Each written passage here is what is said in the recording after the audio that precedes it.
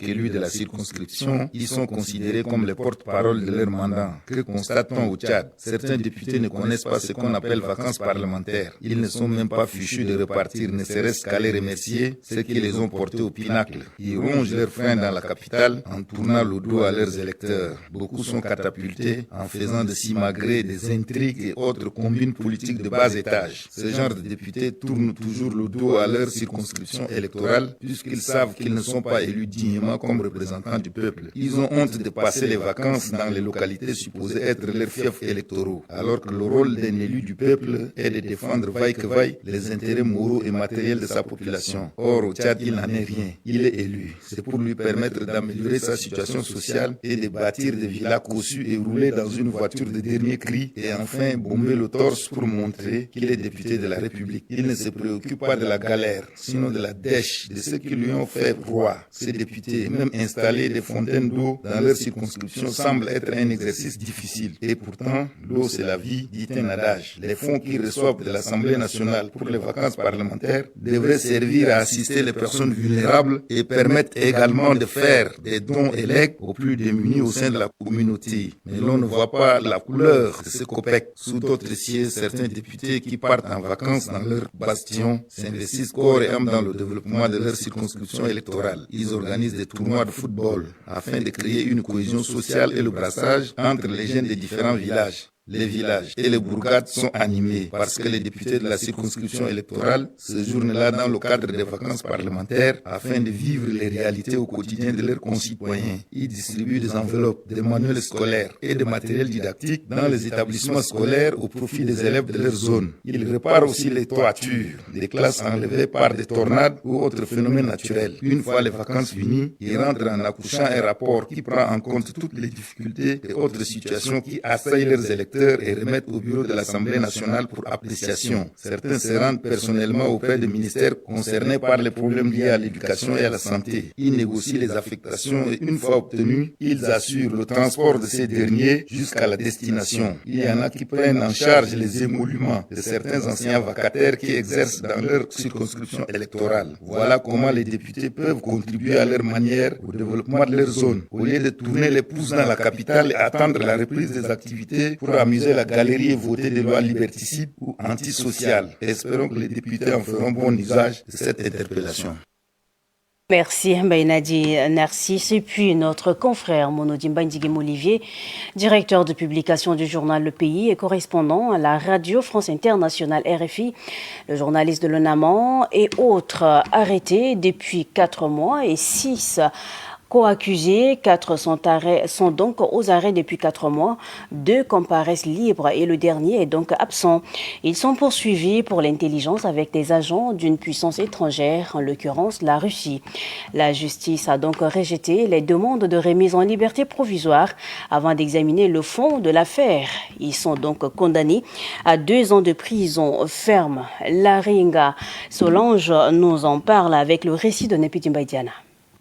Amaigri, fatigué et se plaignant du problème aux yeux, Olivier Monodi a assuré garder le moral. Mais le journaliste a regagné sa cellule de la maison d'arrêt de Clessoum mercredi 2 juillet après avoir vu sa demande de remise en liberté provisoire rejetée par la Cour. Les débats ont ensuite porté le fond de l'affaire du 9e substitut du procureur a détaillé les arguments du parquet pour recueillir 2 ans de prison ferme. Les 7 prévenus ont rencontré mi-2024 des citoyens russes au groupe Wagner. Ils ont reçu de l'argent en échange de prestations, comme leur trouver un immeuble, leur arranger les rendez-vous, faire des recherches ou publier des publi-reportages sur l'inauguration de la maison russe de N'Djamena. Pendant plusieurs heures de plaidoyerie, les avocats ont demandé de relaxer tous les prévenus faute d'infractions constituées. Ils ont rappelé notamment que les documents transmis étaient accessibles au public et que les interlocuteurs russes ont caché leur véritable identité et motivation. Les avocats ont aussi insisté sur la nullité de la procédure concernant les 4 journalistes mis en cause, estimant que les faits qui leur sont reprochés relèvent du droit de la presse et donc de la haute autorité de la communication et des médias, position que défend légalement le syndicaliste Abbas Mahmoud Tahir, le président de l'Union des journalistes du Tchad. Nos collègues ont contacté ces 2 Russes dans le cadre de leur travail en tant que journalistes. S'il s'agit d'un délit de presse, les peines prévues sont toujours soit une amende, soit une suspension des parutions. Mais il n'est en aucun moment question de peine d'emprisonnement, affirme ainsi celui-ci.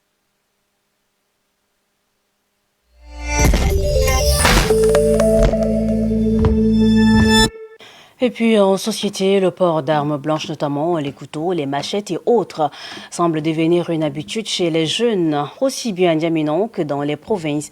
Ces armes sont même vendues un peu partout dans la ville. Pourtant, le port de ces armes sont donc interdits et des contrôles de désarmement s'effectuent presque tous les jours par les autorités en charge de la sécurité des personnes et de leurs biens. Une pratique banalisée, mais qui inquiète plus d'un Tchadien. Joséphine Koulibaly et Evelyne signent ce reportage.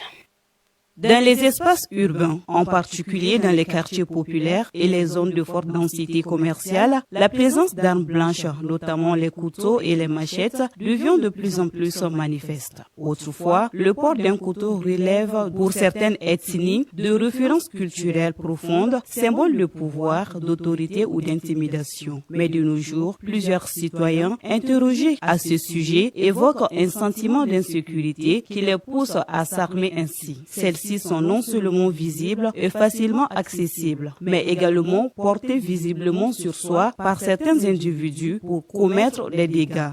Donc, nous sommes confrontés à ce problème de partout. On agresse les gens avec le couteau. Imagine que tu peux tomber même d'abord sur un enfant de 15, 10 ans. Il y a quelque chose que je peux dire. Je peux demander à l'État de prendre des décisions fermes. Ces derniers temps, on remarque que les jeunes s'adonnent vraiment au port d'armes, surtout le couteau. Et pour moins de problèmes, ils dégainent pour s'entretuer. Et je pense que ce n'est pas vraiment une solution pour résoudre le problème. Pourquoi pas dialoguer, hein? Ils doivent dialoguer et trouver des solutions que de s'entretien pour des futilités, je dirais. Le gouvernement doit vraiment s'employer pour pouvoir aider les gens à vivre en paix que de s'entretenir inutilement. Ces climats favorisent la banalisation des comportements violents et minent la cohésion sociale. Dans les campagnes, si on porte sur soi, des armes blanches, on pourra peut-être dire que c'est pour assurer la sécurité, sa propre sécurité, contre par exemple les bêtes féroces et autres. Mais qu'en est-il du milieu urbain, par exemple ici à N'Djamena, la pauvreté et le chômage? Ces 2 facteurs-là, ça alimente le port d'armes blanches. Lorsqu'on fait face à une crise de sécurité en milieu urbain, on a toujours tendance à penser toujours que on n'est pas suffisamment en sécurité. S'il y a une entité qui est habilitée à assurer notre sécurité, ce sont les forces de défense et de sécurité. S'ils font normalement leur travail, on n'a pas besoin de porter sur soi une arme blanche. Quand on prend une mesure, il faut que cette mesure s'applique. Quand le port du couteau devient une norme sociale, cela signifie que la confiance dans l'État et dans la justice est faible. Il ne s'agit pas seulement d'un problème de sécurité, mais d'un symptôme d'un mal plus profond qui interpelle, qui inquiète et qui nécessite une réponse rapide et coordonnée. Le port d'armes blanches au Tchad ne peut plus être ignoré. Faut-il agir avant qu'il ne soit trop tard? La question reste posée. Et puis, dans le reste de l'actualité, un tour dans nos provinces, à Mongo, dans le Guéra, les femmes s'approprient l'allaitement maternel exclusif. Celles du village Golonti, situé à 35 km de la ville de Mongo, comprennent et pratiquent ces méthodes. L'appropriation de ces méthodes par ces femmes est donc à mettre à l'actif de l'UNICEF et du gouvernement allemand. Sur le terrain, les agents de sécurité, les agents de santé, les agents de santé santé communautaire intensifie les communications, les sensibilisations auprès des ménages et les journalistes en visite aux médias organisée par le consortium ministère de la Communication, Maison des médias du Tchad et UNICEF, ont assisté à quelques séances de sensibilisation de ces femmes. Mestangar Victor, de retour de Mongo, nous en parle avec le récit de Nepitimba Diana. Le village de Golonti, dans le Guéra, est en train de devenir une référence en termes de pratiques d'allaitement maternel exclusive. La plupart des ménages de ce village se sont appropriés cette méthode grâce au paquet d'activités mises en œuvre par l'UNICEF. Avec le financement du gouvernement allemand, les ASC, agents de santé communautaire, par groupe constitué, organisent des séances d'animation pour sensibiliser les femmes enceintes et allaitantes sur l'importance de donner que du lait maternel à l'enfant dès la naissance jusqu'à 6 mois. L'UNICEF nous a formés à faire la sensibilisation de porte à porte pour parler aux femmes. Après, ils nous ont répartis par groupe de 8 pour les femmes enceintes et celles allaitantes en 6 groupes. Moi, je suis dans le groupe des femmes allaitantes. Quand une femme accouche, on la sensibilise à ne pas donner de l'eau, du sucre, du lait artificiel ni des dattes à l'enfant jusqu'à ses 6 mois. Cela évite à l'enfant de tomber malade et c'est bon pour la maman parce que le lait de la maman contient tout ce qu'il faut pour le nourrisson.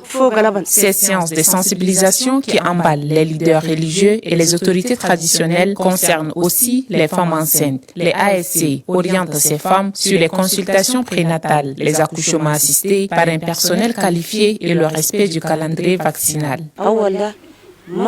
Avant, les femmes ne comprennent pas pourquoi faire les visites prénatales. Mais maintenant, Dieu merci, avec ce projet, les femmes se rendent à l'hôpital, normalement jusqu'à leur accouchement. Durant les visites, on nous donne les médicaments contre le paludisme, le sang, l'injection, des antitétanos, des moustiquaires. Et on nous conseille de bien se nourrir pour la santé de son fœtus. Il y a eu beaucoup d'améliorations chez les femmes.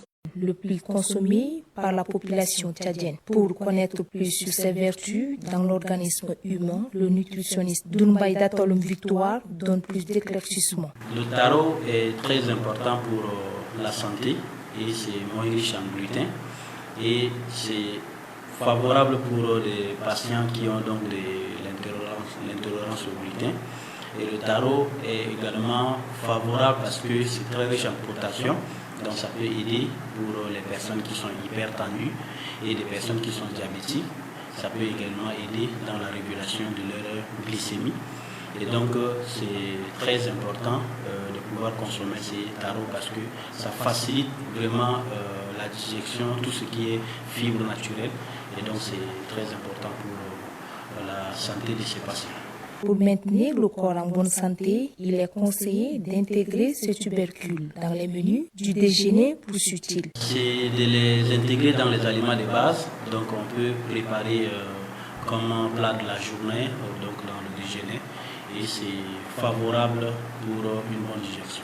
Le taro, en plus de sa richesse nutritionnelle, représente une alternative alimentaire de qualité face aux céréales classiques. Facile à cuisiner, très digeste et énergétique, il contribue efficacement à la sécurité alimentaire, notamment dans les zones rurales. Sa consommation, encore pour développer au Tchad, mérite d'être encouragée à travers la sensibilisation, la diversification culinaire et la valorisation de ses atouts nutritionnels. Promouvoir le taro, c'est soutenir une alimentation saine, locale et durable pour les générations futures.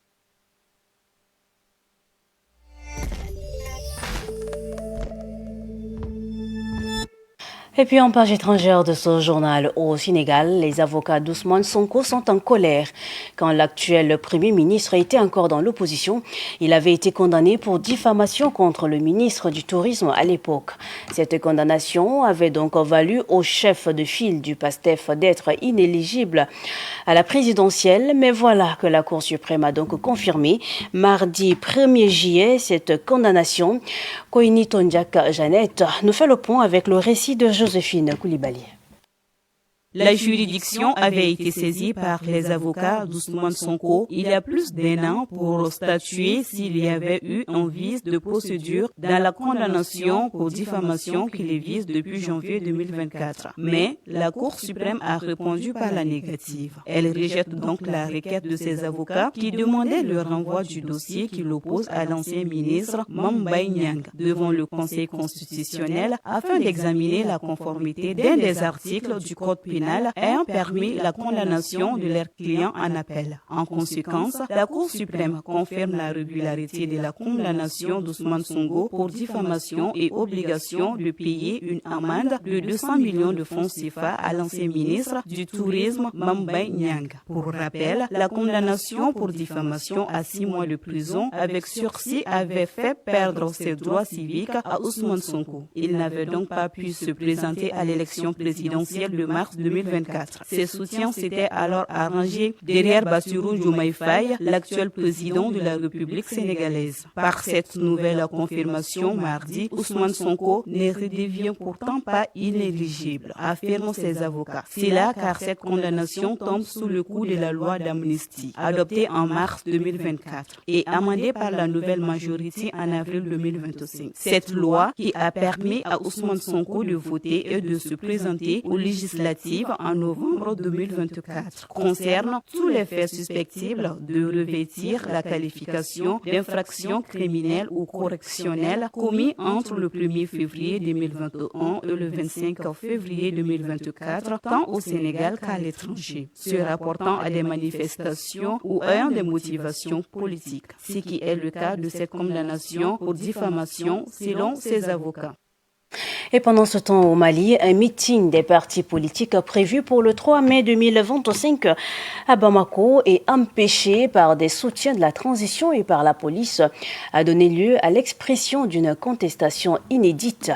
Des centaines de Maliens ont crié devant le palais de la culture dont l'accès leur était interdit. Leur ras-le-bol de la transition, leur rejet du projet de dissolution des partis, leur refus du maintien des militaires au pouvoir et leur désir d'aller enfin aux élections. Yake Lydia nous en parle avec le récit de Madilem Alphonsine. Au Mali, un meeting des partis politiques prévu le 3 mai 2025 à Bamako et empêché par les soutiens de la transition et par la police a donné lieu à l'expression d'une contestation inédite. Des centaines de Maliens ont crié devant le palais de la culture dont l'accès leur était interdit. Leur ras-le-bol de la transition, leur refus du maintien des militaires au pouvoir et leur désir d'aller jusqu'en fin des élections. Le jeune leader pro-démocratique Cheikh Oumar Doumbia scannait les slogans entourés de ses partisans lors d'une manifestation organisée par une large coalition des partis politiques craignant leur dissolution par les autorités militaires maliennes à Bamako le 3 mai 2025. Au Mali, même empêché, le meeting des partis politiques est un incontestable succès, avec des scènes de contestation jamais vues depuis le début de la transition il y a 5 ans. Des scènes que ni la présidence ni le gouvernement de transition n'ont commenté officiellement et que les médias d'État ont traité à minima en insistant essentiellement sur le rôle responsable des forces de l'ordre. Cette expression populaire inédite semble pourtant avoir ouvert une brèche pour les opposants au régime de transition. La question qui se pose désormais est de savoir qui voudra s'y engouffrer et dans quelle mesure. Les partis politiques maliens vont à présent chercher à capitaliser et à élargir le mouvement. Une réunion de leurs dirigeants est prévue ce lundi en fin d'après-midi pour déterminer les prochaines étapes. Selon les cadres politiques, des procédures judiciaires sont envisagées contre les soutiens mobilisés ce week-end par les autorités.